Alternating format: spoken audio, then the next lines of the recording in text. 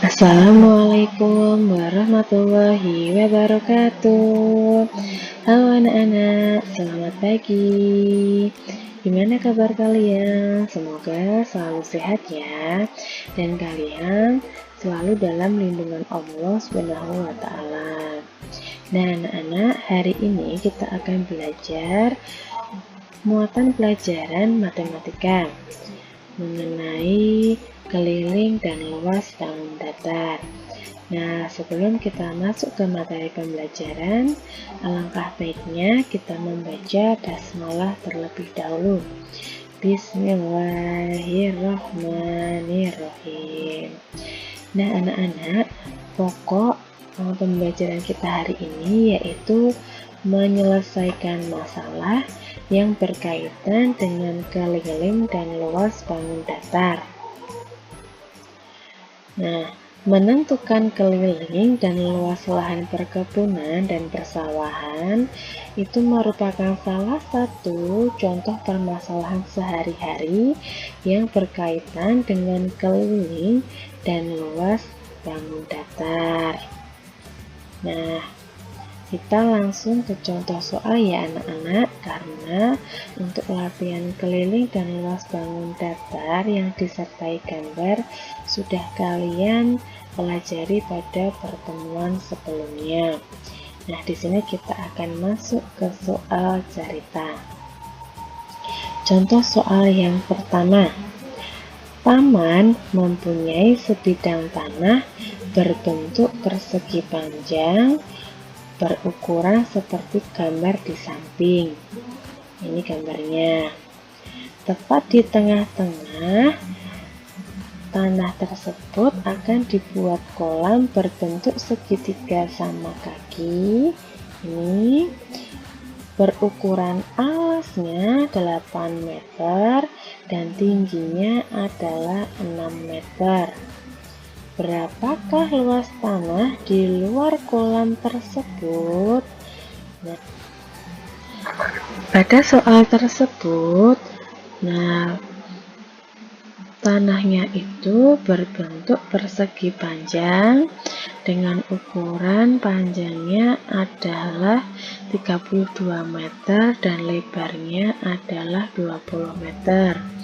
Di tengah-tengahnya akan dibuat kolam segitiga berbentuk segitiga sama kaki yang alasnya itu 8 meter dan tingginya adalah 6 meter. Nah, kalian diminta untuk mencari luas tanah di luar kolam. Berarti yang akan kita cari yang bagian putih ini. Ini yang nanti akan kita cari luasnya, bagian yang putih ini ya anak-anak. Nah, maka penyelesaiannya adalah yang pertama kita cari dulu luas tanah seluruhnya. Luas tanah yang berbentuk persegi panjang ini. Rumusnya adalah panjang dikali lebar. Tinggal kita masukkan, panjangnya adalah 32 meter dan lebarnya adalah 20 meter. Kita kalikan, hasilnya adalah 640 meter persegi. Nah, setelah ketemu luas tanah, kemudian kita cari luas kolam yang berbentuk segitiga ini. Rumusnya adalah setengah kali alas kali tinggi. Ini kita masukkan angkanya, setengah dikali alasnya adalah 8 meter, tingginya adalah 6 meter.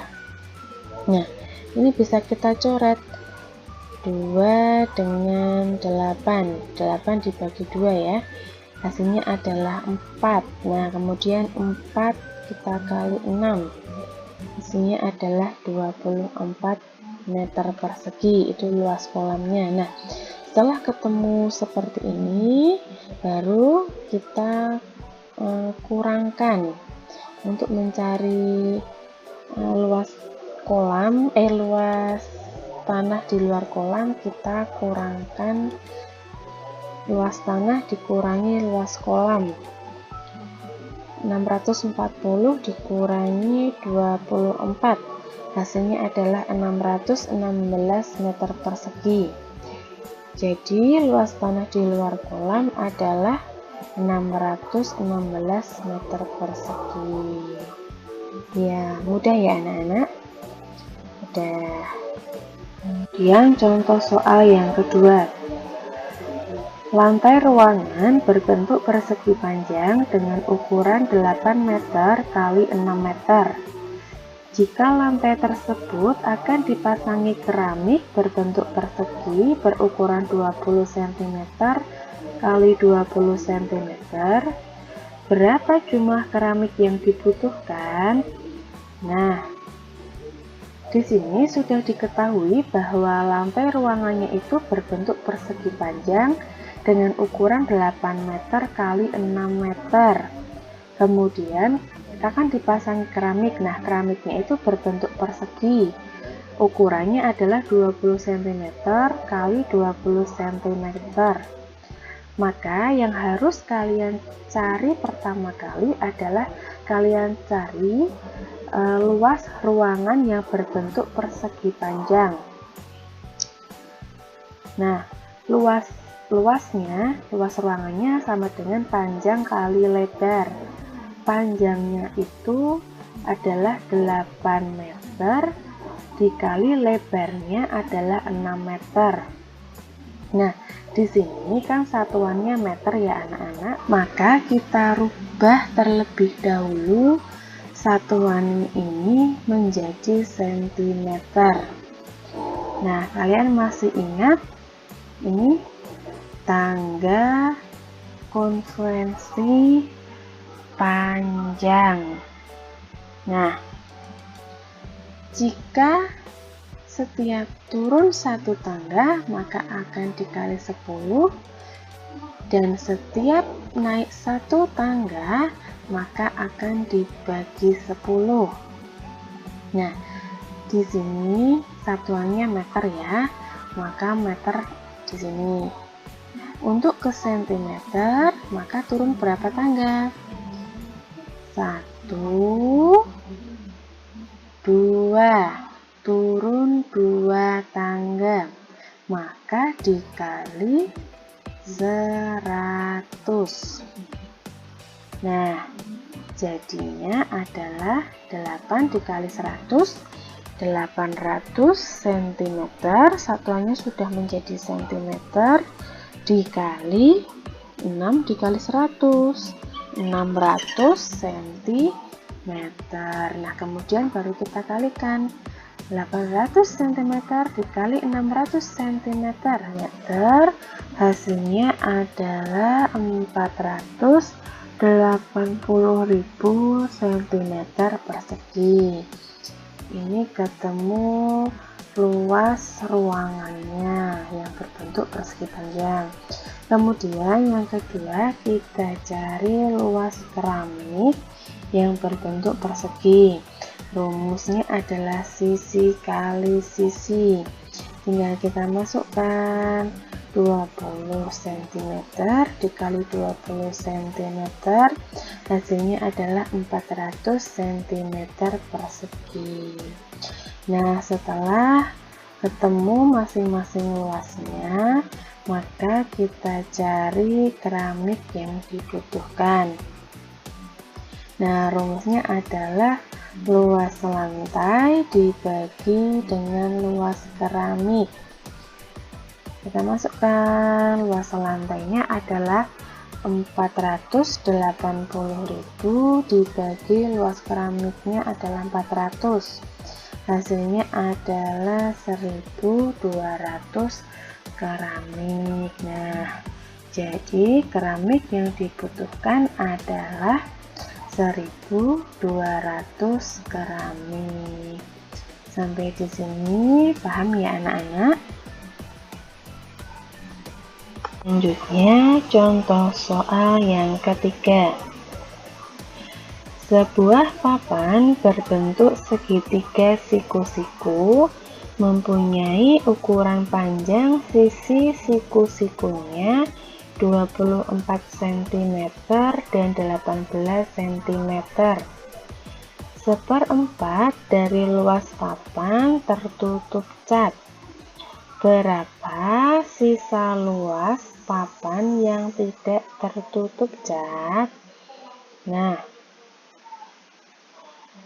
di sini papannya itu berbentuk segitiga siku-siku ya anak-anak. Maka penyelesaiannya adalah, nah, kita tulis dulu. Diketahui alasnya itu ya panjang sisi siku-sikunya yaitu 24 cm dan tingginya adalah 18 cm. Kemudian 1/4 dari luas papan itu tertutup cat. 1/4 itu berarti 1/4. Kemudian ditanya sisa luas papan yang tidak tertutup cat. Nah, pertama kita cari dulu luas segitiganya. Rumusnya adalah setengah kali alas kali tinggi. Nah, tinggal kita masukkan setengah dikali alasnya adalah 24 dikali tingginya adalah 18. Kemudian 2 bisa kita coret dengan 24 yang artinya 24 dibagi 2 hasilnya adalah 12. Maka 12 dikali 18 hasilnya adalah 216 cm persegi. Ini sudah ketemu luas segitiganya. Nah, kemudian yang kedua kita cari 1/4 luas papan yang tertutup cat. Nah, sama dengan 1/4 dikali luas segitiganya yaitu 216 cm persegi. Kita coret 4 dan 216 dibagi 4 hasilnya adalah 54 cm persegi. Nah, setelah ketemu luas segitiga dan luas 1/4 dari luas papan yang tertutup cat, maka kita baru bisa menentukan sisa luas papan yang tidak tertutup cat, yaitu kita kurangkan luas segitiga dikurangi dengan luas papan yang tertutup cat, yaitu 216 dikurangi 54 cm persegi. Hasilnya adalah 162 cm persegi. Nah, jadi luas papan yang tidak tertutup cat adalah 162 cm persegi. Seperti itu anak-anak. Mudah ya? Insya Allah mudah. Nah, ada info anak-anak. Kalian ingat kembali ya, menurut panjang sisinya, segitiga itu dibedakan menjadi 3 jenis. Yang pertama adalah segitiga sama sisi. Kalau segitiga sama sisi, ini pasti panjang sisinya itu akan sama semua. Dari alas dan sisi miringnya itu panjangnya pasti akan sama. Kemudian yang kedua ada segitiga sama kaki. Segitiga sama kaki ini yang panjangnya sama adalah sisi miringnya. Seperti ini. Yang ketiga adalah segitiga sembarang. Kalau segitiga sembarang itu panjang sisinya itu pasti akan berbeda-beda panjangnya. Nah, sekian anak-anak. Semoga penjelasan ini bisa bermanfaat untuk kita semua. Selamat belajar dan tetap semangat ya anak-anak. Selalu jaga kesehatan kalian agar kita bisa segera dipertemukan dalam pembelajaran tatap muka. Sekian penjelasan dari Bu Dewi. Bu Dewi ucap terima kasih. Wassalamualaikum warahmatullahi wabarakatuh.